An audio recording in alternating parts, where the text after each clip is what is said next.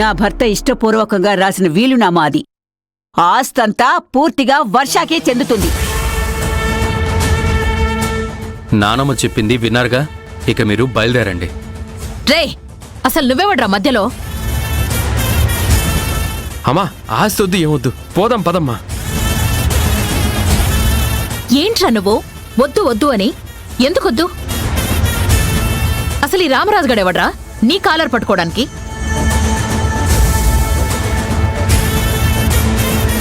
నిన్ను ఇంట్లోకి రావద్దు అంటున్నాడు. ఇప్పుడు కూడా చూసావు కదా, మనల్ని వెళ్ళిపోమంటున్నాడు. వాడికే అంత హక్కుంటే ఈ ఇంటికి వారసుడివిరా నువ్వు. నీకెంత హక్కుండాలి? ఇన్ని గొడవలు జరిగితే ఆస్తి అనాథాశ్రమానికి దక్కదేమో, వర్ష చివరి కోరిక నెరవేరుదేమో. మీరేంటండి ఆవిడ ఆస్తిలో వాటా ఇవ్వను అంటే సైలెంట్గా అలా నిలబడ్డారు?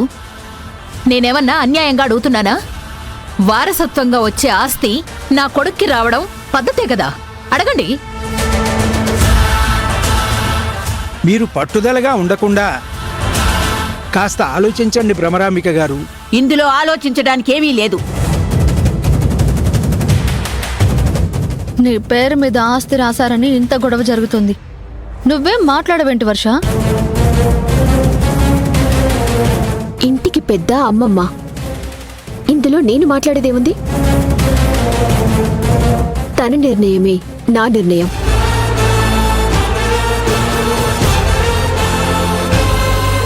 ఇది గౌరవం అంటే, ఇది పెద్దవాళ్ల పట్ల మర్యాద అంటే.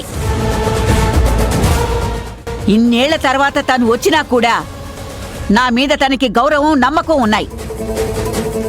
అయినా ఊరి పెద్దలను వెంట పెట్టుకుని వచ్చావు కాబట్టి వాళ్ల ముందే మళ్లీ చెప్తున్నాను, నా భర్త వర్ష పేరు మీద ఆస్తంతా వీలునామా రాశారు. అది తనకి మాత్రమే చెందుతుంది. ఇందులో వాటా అడిగే హక్కు ఎవ్వరికీ లేదు. ఇంకోసారి ఈ విషయం గురించి ఎవ్వరూ మాట్లాడద్దు. మాట్లాడొద్దు అని మీరు అల్టిమేటం జారీ చేసినంత మాత్రాన నేనేమి ఊరికే ఉండను. నా కొడుక్కి వాటా ఎందుకు రాదో నేను చూస్తాను.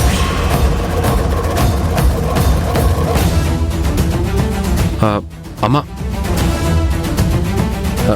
నానమ్మ, నానమ్మ,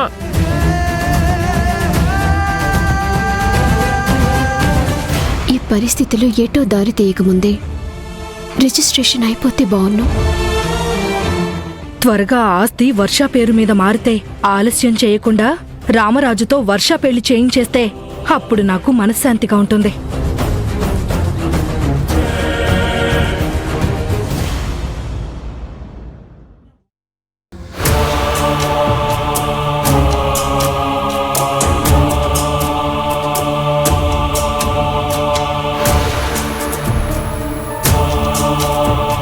అమ్మెందుకు శ్రావ్య ఇలా బిహేవ్ చేస్తుంది? ఆస్తి కోసం ఎందుకు గొడవ చేస్తుంది? అనవసరంగా నానమ్మని ఇబ్బంది పెడుతున్నట్టుగా అనిపిస్తుంది. అత్తయ్యని అపార్థం చేసుకోకు రాజు. తను అలా చేయడానికి కారణం నేనే. నువ్వా? అమ్మని ఇలా చేయమని నువ్వెందుకు చెప్పావు? అసలు అమ్మెందుకు ఒప్పుకుంది? నీ సంతోషం కోసం రాజు. ఈ ఆస్తి కావాలని నేను అడిగానా? ఆస్తి నా సొంతం అయితే నేను సంతోషంగా ఉంటానని మీతో చెప్పానా? ఇదంతా ఆస్తి కోసం కాదు. ఇక్కడ ఉన్నది జ్యోతినా వర్షానా అని తెలుసుకోవడం కోసం. అమ్మ ఆస్తి కోసం గొడవ చేస్తే తనెవరో ఎలా తెలుస్తుంది? సింపుల్ రాజీవ్. జ్యోతి గురించి మనకి బాగా తెలుసు. తనకి ఆస్తి పాస్తుల మీద, లగ్జరీ లైఫ్ మీద ప్రేమ, మమకారం లేవు. తను కేవలం మంచికి, బంధుత్వాలకి మాత్రమే విలువిస్తుంది. అవునా? అవును. ఇప్పుడు ఆస్తి కోసం అత్తయ్య గొడవ చేసి నీ పేరు మీద రాయాలన్నప్పుడు దీని గురించి పట్టించుకోకుండా వదిలేస్తే తను ఖచ్చితంగా జ్యోతిని. అలా కాకుండా మా తాతయ్య నా పేరు మీద ఆస్తి రాశారు, నాకు మాత్రమే దక్కాలి, ఎవ్వరికి వాటా ఇవ్వలేను అని ఎదురు తిరిగిందే అనుకో, తను ఖచ్చితంగా వర్ష.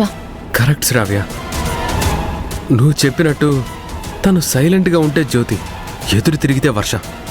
ఇదంతా నీ కోసమే. హ్మ్. నువ్వెప్పుడూ ఆనందంగా ఉండాలన్నదే నా కోరిక, నా ఆశ. మీరిద్దరూ నా వల్లే విడిపోయారు.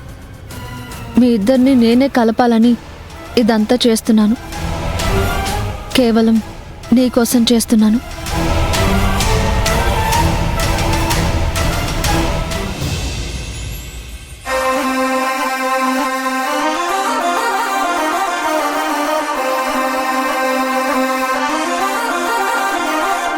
తెలుసా మనసా తెలుసా నీతో విడివడి వేసిన అడగొక్క నిమిషం. తెలుసా మనసా తెలుసా క్షణమొక యుగమై గడిచెనులే.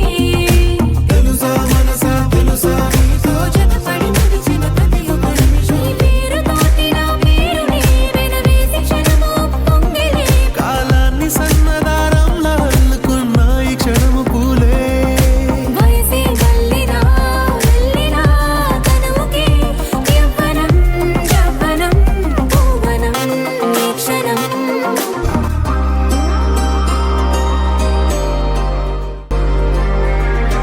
నువ్వు నాకిచ్చిన మాట నిలబెట్టుకుంటున్నావు శ్రావ్య. నాకది చాలు. Thank you so much.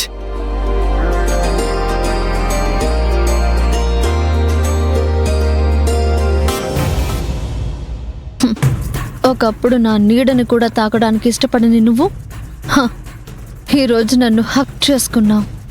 హ్మ్, ఇదంతా చేసేది నీ ఆనందం కోసం కాదు రాజీవ్, నా కోసం, నా సంతోషం కోసం.